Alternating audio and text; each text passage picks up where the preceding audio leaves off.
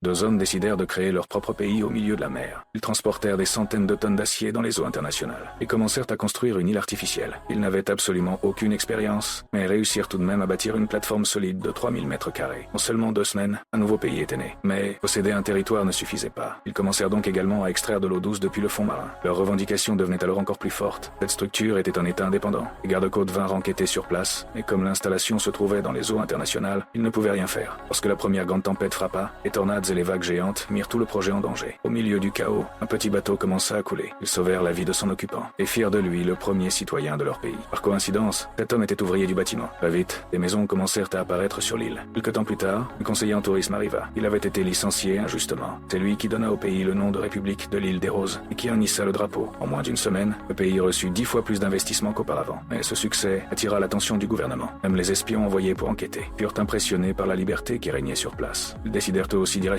Lorsque des milliers de personnes commencèrent à demander la citoyenneté, le gouvernement commença à s'inquiéter. Des navires de guerre encerclèrent alors ce petit pays. On leur proposa de l'argent, des terres à Hawaï et de nombreuses autres offres. Mais ils refusèrent tout, car ce pays n'avait pas été créé pour l'argent, il avait été créé pour la liberté. Cependant, face à une pression de plus en plus forte et une offre de 20 milliards de dollars, le dirigeant finit par accepter un accord. Il détruisit lui-même l'île. La République de l'île des Roses sombra dans la mer. Les gens réalisèrent alors qu'un endroit où l'on pouvait vivre librement était finalement devenu une menace pour le gouvernement.